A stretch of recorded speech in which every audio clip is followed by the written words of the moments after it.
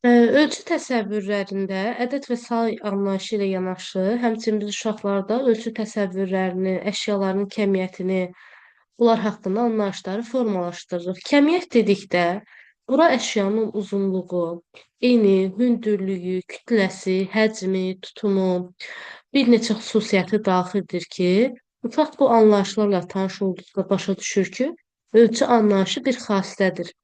Eyni bir əşya başqa bir əşya ilə müqayisə edilməsindən asılı olaraq böyük və ya kiçik, uzun və ya qısa, hündür və ya alçaq ola bilər. Ölçü haqqında təsəvvürün yaranması üçün əvvəlcə əşya yaxud hadisə haqqında uşaqlarda təsəvvür formalaşdırmalı. Məsələn, deyirik ki, uşaqlar, gəlin baxaq qələmin ölçüsünə, formasına baxaq görək hansı formadadır, böyükdürmü, kiçikdirmi, uzundurmu, qısadırmı bu şəkildə. Bu təsəvvürlər oyun və müxtəlif fəaliyyət prosesində yaranır ki, burada pedaqoji işin ardıcıllığı vacib məqamlardan biri hesab olunur ki, uşaq əvvəlcə əşyanı tanıyır, onda ölçü anlayışı formalaşır, daha sonra müqayisə əsasında ölçülərinə görə əşyaları bir-birindən fərqləndirir, yaxud da bərabərləşdirir. Ölçülərinə görə fərqlənmə müqayisə əsasında aparılır ki, müqayisə iki və ya daha çox əşyanın və hadisənin oxşar yaxud fərqli tərəflərini müəyyənləşdirməyə kömək edən bir prosesdir. Müqayisə nəticəsində uşaq uzundur, qısadır, eynidir, kiçikdir, bərabərdir. Yəni bu kimi terminlərlə tanış olur ki, kiçik yaşlı uşaqlar müqayisəni iki əşya arasında yalnız bir əlamətinə görə aparır. Əgər iki əşya arasında uzunluğa görə müqayisə aparmağı öyrəniriksə və ya öyrədiriksə, burada əşyaların rəngi, forması eyni olmalıdır. Çünki məsələn qələmin biri qırmızı rəngdə olsa, biri yaşıl rəngdə olsa, uşaq bu zaman gözü yorulur. Eyni formada, daha doğrusu eyni rəng olmalıdır. Fərqlənən əlamət yalnız uzunluq olmalıdır ki, biz uşağın diqqətini uzunluğa yönəldə bilək. Əşyanın uzunluğuna görə fərqi kəskin bilinməlidir. Paylama materialları ilə təşkil olunan fəaliyyətlər daha effektiv olur, çünki bu zaman uşaq həmin əşyaya toxunur, barmaqları üzərində gəzdirir və toxunaraq bunu hiss edir. Hərəkətə uyğun ifadələr işlədir. Bu zaman bir neçə proses baş verir. Həm görmə, həm eşitmə, toxunma, analizatorları fəaliyyət göstərir ki, uşaq analizatorlarla qavrama arasında birbaşa əlaqə yaradır. Digər bir tərəfdən 2-3 yaşlı uşaqlar artıq əşyanın müxtəlif ölçüdə olduğunu tanıyır. Böyük, kiçik, yəni bunları fərqləndirir. Böyük top hansıdır, kiçik maşını göstər.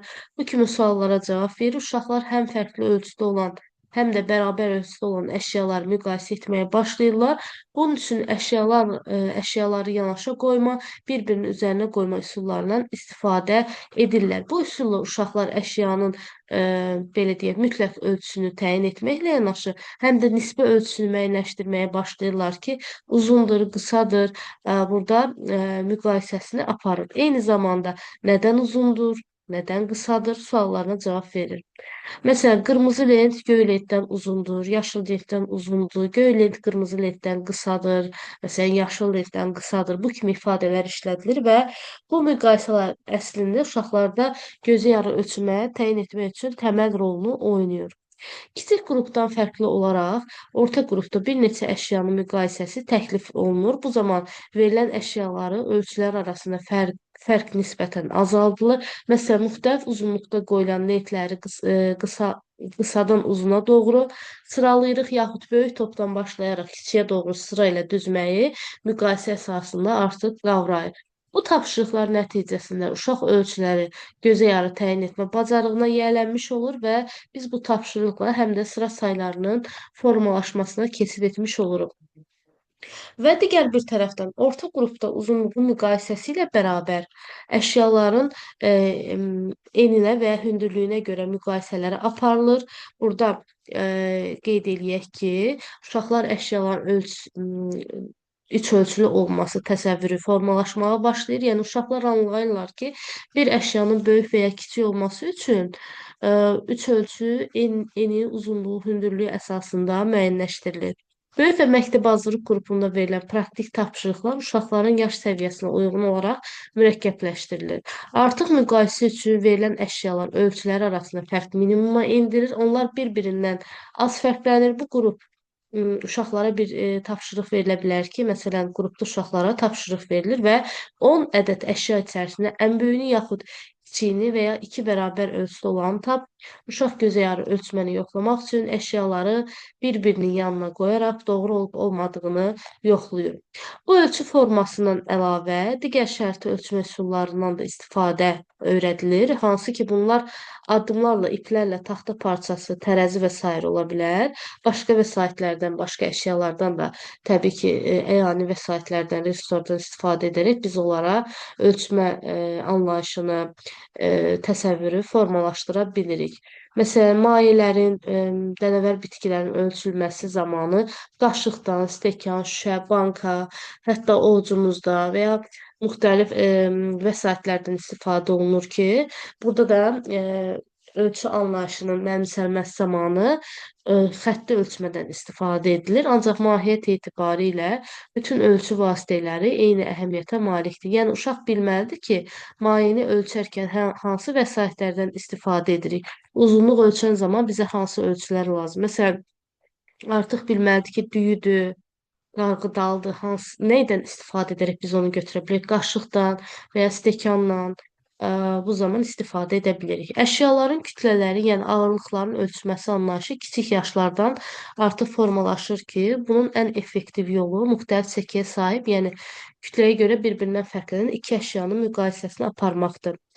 Burada da uşaqlar fərqli ölçüdəki əşyaların hər birini əlində tutur, yuxarı-aşağı hərəkət etdirərək, sanki tərəzini imitasiya edərək ağırlığı müəyyənləşdirir. Nəticədə uşaq ağırdır, yüngüldür anlayışını qavramağa başlayır. Məsələn, daha sonra bir neçə əşya arasında ən ağır olanı deyir, yaxud ən yüngül olanı adını deyir, sadalayır.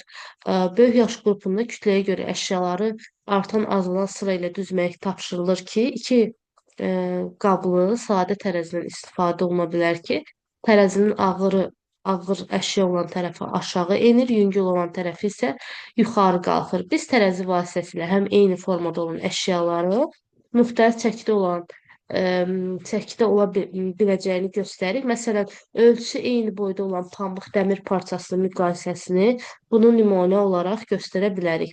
Nəticə etibarilə ölçü təsəvvürlərini formalaşdıran zaman nədən istifadə olunur? Əşyaların müxtəlif xassələri ilə tanış olur, gözəyara ölçmə bacarıqlarına yiyələnir və əşyaların ölçülərinə görə bir-birindən fərqləndirir. Gəldik həndəsi fiqurlara.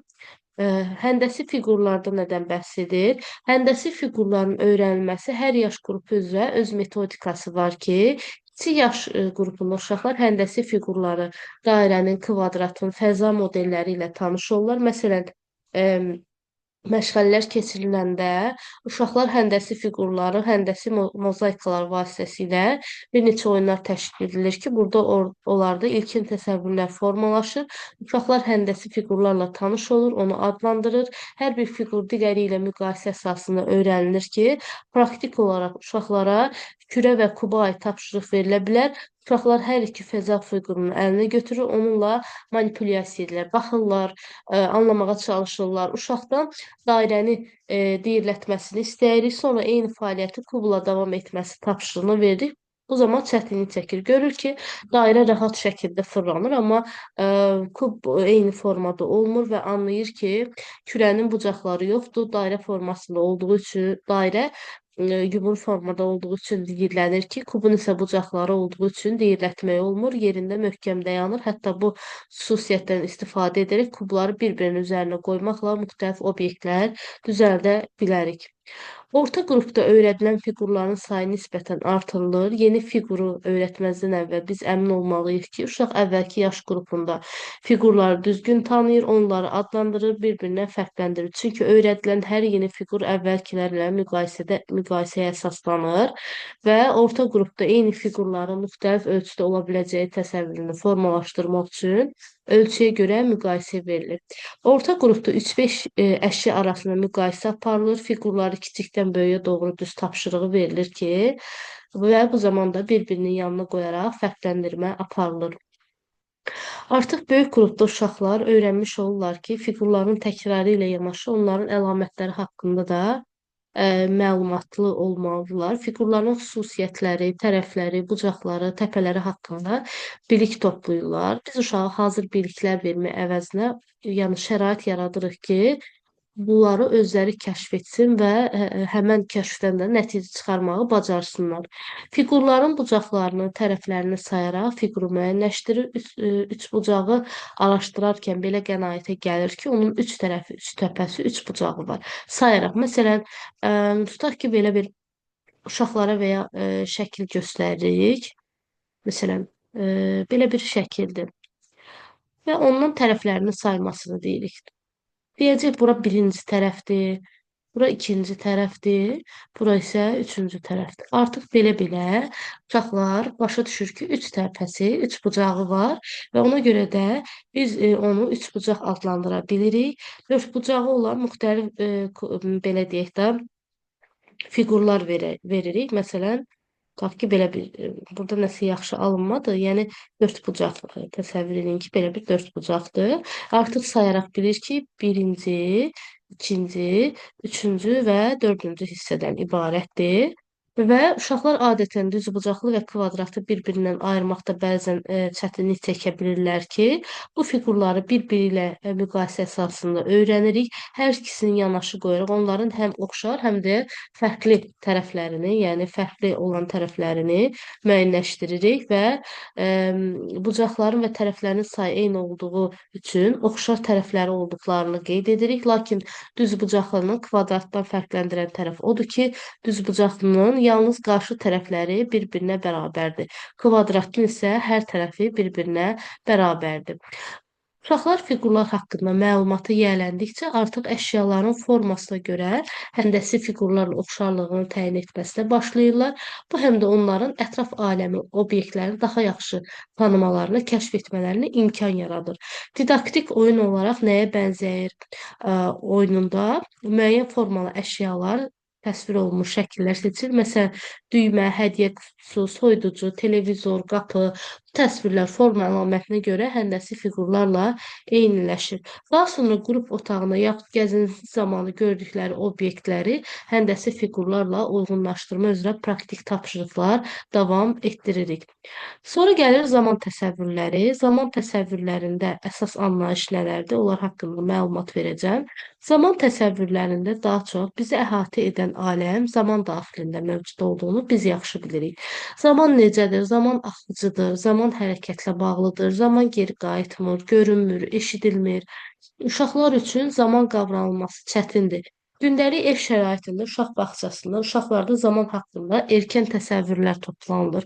Uşaq hər zaman ölçü vahidləri ilə tanışlığı ardıcıllıq əsasında öyrədilir və çünki hər bir zaman vahidi özündən sonrakının qurulması əsasını təşkil edir. Kiçik yaşlı uşaqlar günün hissələri ilə tanışlıqdan başlayır. Günün hissələrinin tanınması, adlandırılması vərdişləri formalaşdırılır ki, səhər, günorta, axşam, gecə, yəni gündəlik rejimdə təkrar edilən müxtəlif fəaliyyət növləri var.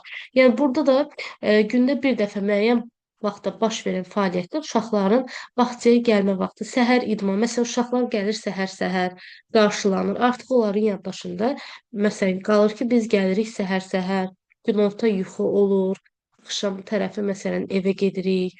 Sonra gün ərzində bir neçə dəfə təkrar edilən fəaliyyətlər olur ki, yuyunma, oyun, geyinib soyunma, gəzinti, bunlar hər biri zaman ardıcıllığı vasitəsilə həyata keçir ki, fəaliyyətlərin günün göstəricisi kimi istifadə edə bilər. Məsələn, səhər yeməyi, səhər idmanı, məsələn, səhər idmanı təbii ki, axşam edilmir. Məsələn, səhər qarşılanmaqları olur. Şəkilli kartlardan istifadə edirik. Məsələn, səhər bağçaya, axşam isə hara gedərik? Bu şəkildə. Daha sonra zaman haqqında bilikləri nisbətən genişləndiririk. Uşaqlar 3 günün əvəzlənməsi, dünən, bugün, sabah sözlərinin mənası ilə tanış edirik ki, burada isə yalnız uşaqların deyil, böyüklərin də günün müxtəlif vaxtları ilə məşğul olduğunu göstərə bilərik. Daha geniş məzmunlu şəkillər nümayiş etdirə bilərik. Səhər uşaqlar bağçaya gedir, nənə yatanda nağıl danışır, yönləndirici suallar verilir. Biz gəzməyə nə zaman getmişdik? Dünən getmişdik, bugün getmişdik. Bugün bizə məşğələdə kim qonaq gəldi, zooparka nə vaxt gedəcək? Təbii ki, bunlar hər biri suallar vasitəsilə təqdim olunur. Növbəti mərhələdə mövcud biliklər əsasında həftə, ay, il, təqvimlə tanışlıq başlayır.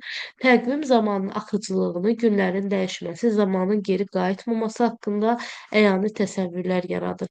Təqvim modelindən istifadə zəruridir. Beynəlxalq təqvim modeli linear təqvimi təlimatları görməyə, zamanı başa düşməyə, zamanın gedişini daha yaxşı anlamağa kömək edir. İlin bütün günləri ardıcıllıqla bir xətt üzərində yerləşdirilir. Tarixlər üfüqi və şaquli istiqamətdə bir-birinin ardınca düzülür və linear təqvimi vasitəsilə günün tarixi asanlıqla müəyyən edilir. Sabah, dünən, bu gün anlayışları daha yaxşı qavranılır. Həftənin günləri, aylar, illər, fəsillər mənimsənilir. Uşaqlar bu təqvim vasitəsilə öz ad günləri, məsələn, xüsusi günlər, bayram, tətil günlərini izləməyi öyrənirlər. Təqvim uşaqların riyazi bacarıqlarının da inkişaf etdirilməsinə, yəni kömək edir. Sayma, toplama, tək və cüt günlər, mövsüm dəyişiklikləri, yəni bu kimi anlayışları qavrayırlar. Həftənin günlərinin adlarını sadalayır, hər hansı bir fəaliyyətlə əlaqələndirirlər. Möhkəmləndirmə üçün sözlü oyun tapşırıqlarından istifadə edir. Davam et, uyğun söz seç və s. Uşaqlar məktəbə hazırlıq qruplarında saatlarla tanış olurlar, saat anlayışı ilə tanış olurlar və daha sonra əqrəblər qoyulur və onlar haqqında məlumatlar verilir. Saat bizə zaman, düzgün göstəriş, əvvəlcə uşaqlarda 1 dəqiqə haqqında təsəvvür yaradır. Saniyə ölçən, məsələn, 1 dəqiqə neçə saniyədir? 60 saniyə. Saniyə ölçən və qum saatı ilə tanışlıq keçirilir. Uşaqlar saniyə ölçəndə əqrəbin dairəvi hərəkətinin 1 dəqiqə müddətinə baş verdiyini müşahidə edir. 1 dəqiqə ərzində musiqi qoyub hər hansı fəaliyyəti tamamlayırlar. Uşaqlardan 1 dəqiqə ərzində nə edə biləcəkləri soruşuruq, yaxud özümüz tapşırıqlar veririk. 1 dəqiqədə çöplərdən naxış düzəlt, 1 dəqiqədə fiqurları qutuya at, 1 dəqiqədə yerdəki topları səbətə yığ, 1 dəqiqədə qaşıqları masanın üzərinə düzməyə çalış, 1 dəqiqədə gəlinciyi geyindir, 1 dəqiqədə fiqurlardan naxış düzəlt. Bu kimi anlayışları aşılayırıq. 3 və 5 dəqiqə zaman müddəti qavranması da eyni metodika ilə aparılır. Məsələn, burada 1 dəqiqə olmaz, yazarıq 5 dəqiqə. 5 dəqiqədə çöplərdən naxış düzəlt, 5 dəqiqədə topları səbətə yığ, 5 dəqiqədə gəlinciyi geyin. Bu şəkildə onlarda belə deyək, anlayışları formalaşdırırıq. Daha sonra gəlir fəzada səmtləşmə anlayışı. Fəzada səmtləşmə anlayışı əşyaların bir-birinə, insana nəzərən məsafənin müəyyənləşdirilməsi nəzərdə tutulur. Daha dəqiq desək, fəzada səmtləşmə anlayışı məkanda səmtləşməni nəzərdə tutur. Fəza qavranması uşaqlarda körpəlik dövründən başlayır ki, körpə uşaq hərəkətdə olan əşyanı gözləri ilə izləyir. Əvvəlcə üfüqi istiqamətdə hərəkət edən əşyaları, sonra isə şaquli və dairəvi formada hərəkətdə olan əşyaları izləyir. Sensomotor analizatorlar, yəni görmə, eşitmə, hərəki analizatorlarla inkişaf etdikcə əşyalı obyektlər arasında məsafələri artıq görməyə, onları təyin etməyə başlayır. Və erkən yaş dövründə fəza anlayışları praktik təcrübələr əsasında öyrənilməyə başlayır ki, gəzinti, müşahidə zamanı, oyunlar zamanı bu şəkildə kiçik qruplarda fəza səpləşməsi üzrə ora, bura, yuxarı, aşağı, qabağa, arxa bu kimi anlayışlara yiyələnirlər və əgər uşaq yuxarı fəza səpləşməsi müəyyənləşdirirsə, ona əks olan aşağı səpləşməni də öyrənir. Yəni fəza səpləşməsini uşaqlar istiqaməti birinin daha sonra onunla müqayisədə əksini öyrənmiş olur. İstiqamətləri öyrənən zaman uşaq öz bədəninin müəyyən hissələri ilə uyğunlaşma yaradır və uşaq öz bədən üzvlərini tanıyır, onları adlandırır. Daha sonra bədən üzvlərinə uyğun obyektləri istiqamətlərini təyin edir. Yuxarı baş, aşağı ayaqlarımız, irəlidə üz, arxada kürəyimiz, sağda sağ əlimiz, solda sol əlimiz, sağda sağ ayağımız, solda sağ ayağımız. Əslində bu üsul fəza istiqamətlərinin qavranılmasında dayaq rolunu oynayır. Məkana səmtləşmənin 3 növünü fərqləndirə bilərik. Birinci, özünə səmtləşmə, yəni uşağın onu əhatə edən obyektlərə nəzərən yerləşməsidir. Məsələn, mən qapının arxasındayam, stolun sağındayam. Özündən səmtləşmə, əşyaların özünə nəzərən yerlərini müəyyənləşdirmə prosesi. Məsələn, divan məndən sağdadır, ev mənim önümdədir. Obyektin sərtləşmədə əşyaların bir-birinə nəzərən məkanda yerlərinin təyin et. Məsələn, televizorun önündə şkaf var, qapının sağında masa var. Bu şəkildə. Daha sonra uşaqlar əşyaların yerini təyin etmək üçün ətrafdakı əşyaları öz koordinatorlarına uyğunlaşdırır. Qarşısında duran insanın sağ və sol tərəflərini təyin etmək üçün əvvəlcə öz tərəflərini müəyyənləşdirir, yəni özünə baxır, sonra fikrində çevirmə aparır, qarşısında duran insanın mövqeyinə keçirək, artıq onun sol və sağ tərəfini təyin edir. Yəni anlayır ki, eyni şəkildə deyil, mənimlə bir deyil. Yəni əksinə çevirərək bunu başa düşür. Ona görə də özünə sərtləşmə bacarığının rolu əsasdır burada. Harda nə yerləşir? Eee, burada oyunda uşaq qarşısında, arxasında, sağında, solunda, uzaqda, yaxında nəyin yerləşdiyini təyin edir. Bu tür tapşırıqlar uşaqlarda fəza sərtləşməsi üzrə vərdişləri formalaşdırana qədər davam etdirilir ki, uşaqlar istiqamətləri fərqləndirməyi bacarırsa, onlara müxtəlif istiqamətlərə uyğun hərəkət etmə üzrə tapşırıqlar verilir. Daha sonra kəşfiyyatçı oyununda əvvəldən bir neçə əşya otağın müəyyən yerlərinə Eee, yəni məqsədli şəkildə gizlədilir ki, gizlədilən əşyaları axtarmağa başlayırlar. Bu zaman uşaqlar sözlü şəkildə istiqamətləndirir. İrəli getsən gəlinciyi taparsan, arxaya dönsən gəlinciyi görəcəksən. Bu zaman uşaq deyilən istiqaməti müəyyənləşdirir, sonra həmin əşyaya doğru gedir, harada nəyi tapdığını deyir. Fəzada sərtləşmədə əlavə uşaqlar müstəvi üzərində sərtləşmə ilə də tanış olurlar ki, vərəqin stolun üzərində yuxarı aşağı olması, onu hərəkət etdirərək soldan sağa düzəlməsi, bunu öyrənirlər ki, vərəq üzərində sərtləşməni qavramaq uşaqların rəsm məşğələsi təsvirinin çəkilməsi zamanı obyektləri düzgün yerləşdirməyə imkan verir.